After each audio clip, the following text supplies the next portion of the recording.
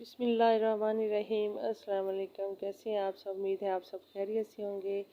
आज मैं बनाने लगी हूँ ईद स्पेशल के लिए ईद की रेसिपी। बहुत ही ज़बरदस्त टेस्टी सेवइयाँ और कस्टर्ड की सेवइयों को मैंने इस तरह ब्रिक ब्रिक तोड़ के एक प्लेट के अंदर रख लिया है और इधर मैंने कढ़ाई चूल्हे के ऊपर रख दी है और फ्लेम नीचे से चला दिया है और इसमें डालेंगे हम तकरीबन 3 चम्मच देसी घी के। अगर देसी घी नहीं है आपके पास तो आप डाल्डा घी भी यूज़ कर सकते हैं।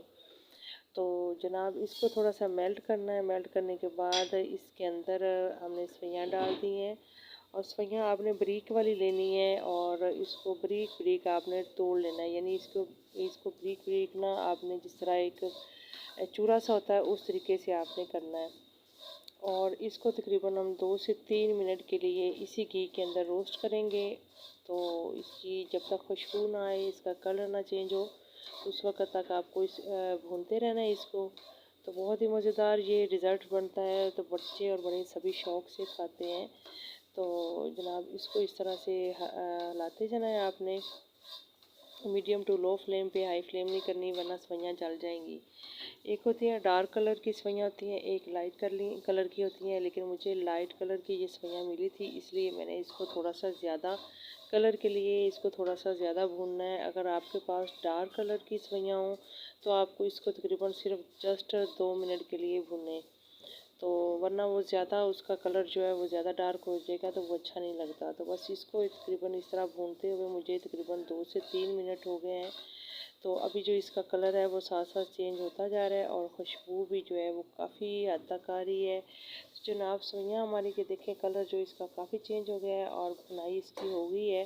तकरीबन मैंने इसको 4 मिनट के लिए मीडियम टू लो फ्लेम पे इसको भूनना है। तो बस इसके अंदर इस तरह से चम्मच आपने मुसलसल हिलाते जाना है वरना ये जल जाती हैं। क्योंकि बहुत ज़्यादा बारीक होती हैं तो ये जलने का इसका खदशा होता है। तो बस इसको अभी हमने तकरीबन 5 मिनट मतलब पूरा 5 मिनट के लिए इसकी बुनाई मैंने की है और साथ ही इसके मैं चम्मच चलाती गई हूँ। अब मैंने इसके अंदर डालना है चीनी डालनी है। चीनी को मैंने बारीक पीस करके इसके अंदर डालना है। तो आप भी इसको बारीक पीस करके डालिएगा क्योंकि इससे इसका टेस्ट बहुत ज़्यादा अच्छा आता है और फिर ना ही इसमें ज़्यादा पानी डालने की ज़रूरत पड़ेगी। अगर आप पानी नहीं डालना चाहते हैं तो ना भी डालें। तो 2 इलायचियाँ मैंने इसके अंदर डाल दी हैं खुशबू के लिए। तो अगर आप पानी डालना चाहते हैं तो इसी स्टेज पे आप डाल लें वरना आप स्किप भी कर सकते हैं। इस तरह ही इसकी बनाई होगी है। लेकिन ये होता है कि पानी डालने से थोड़ा सा नरम हो जाती है, खाने में थोड़ी सी ज़्यादा मतलब टेंशन नहीं होती। तो थोड़ा सा मैंने इसके अंदर हाफ़ कप के बराबर बस पानी डाला है, ज़्यादा पानी नहीं डालना। अगर आप ज़्यादा पानी डालेंगे तो सेवइयाँ ज़्यादा गल जाएंगी और क्रंची पानी इसका ख़त्म हो जाएगा। तो इसके ऊपर ढक्कन लगा देना है। ढक्कन लगा के जस्ट 1 मिनट के लिए इसको पकाना है।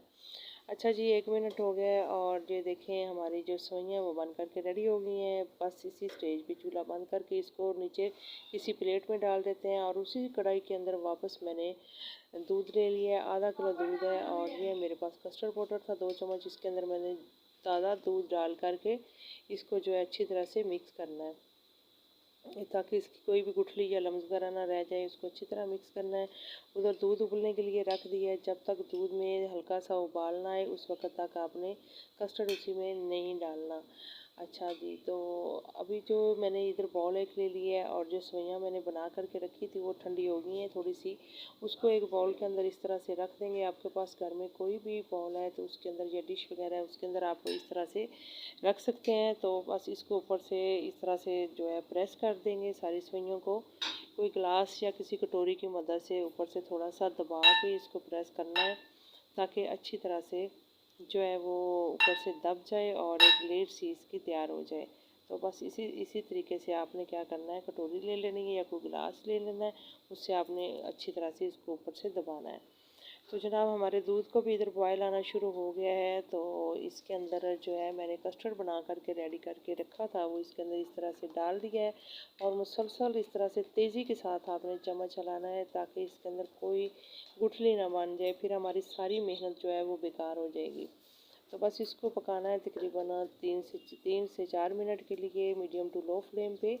तो चीनी भी साथ मैंने हाफ़ प्याली डाल दी है। बस इसको हिलाते जाना है इसी तरीके से। तो हमने अपना चम्मच या हाथ नहीं रोकना है इस जगह पे, क्योंकि इसी स्टेज पे जो कस्टर्ड है उसको ख़राब होना होता है, इसी स्टेज पे कस्टर्ड को मज़े का बनना होता है।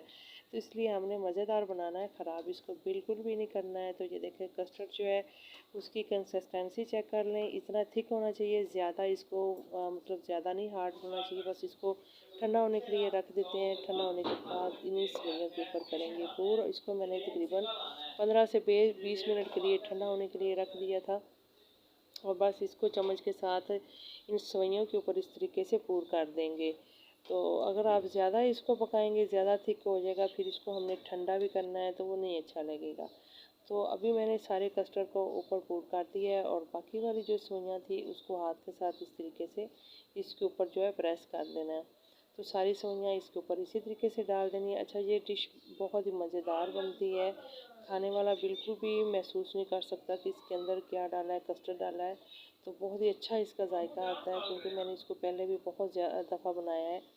तो इसीलिए आज फिर मैं दोबारा बना रही हूँ, ताकि आप भी ऐसे डिशें बनाकर घर में खाएं और बच्चों को खिलाएं। जनाब ऊपर को मैंने सारी सेवइयों को ऊपर प्रेस कर दिया है, और इसके ऊपर बारीक पिस्ता काट करके स्प्रिंकल कर रही हूँ। अगर आपके पास बादाम है वो भी डाल सकते हैं, या काजू, जो भी है।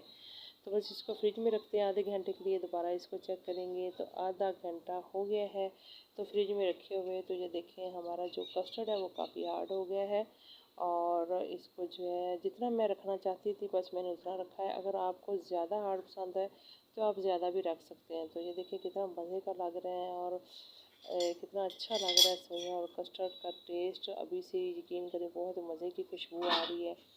तो बस इसी को आप खाएं और इन्जॉय करें, और बच्चों को भी खिलाएं। तो फिर मुझे दुआएं दें। इसी के साथ ही मुझे इजाज़त दें। अपना बहुत सारा ख्याल रखिएगा। अल्लाह हाफिज़, बाय बाय।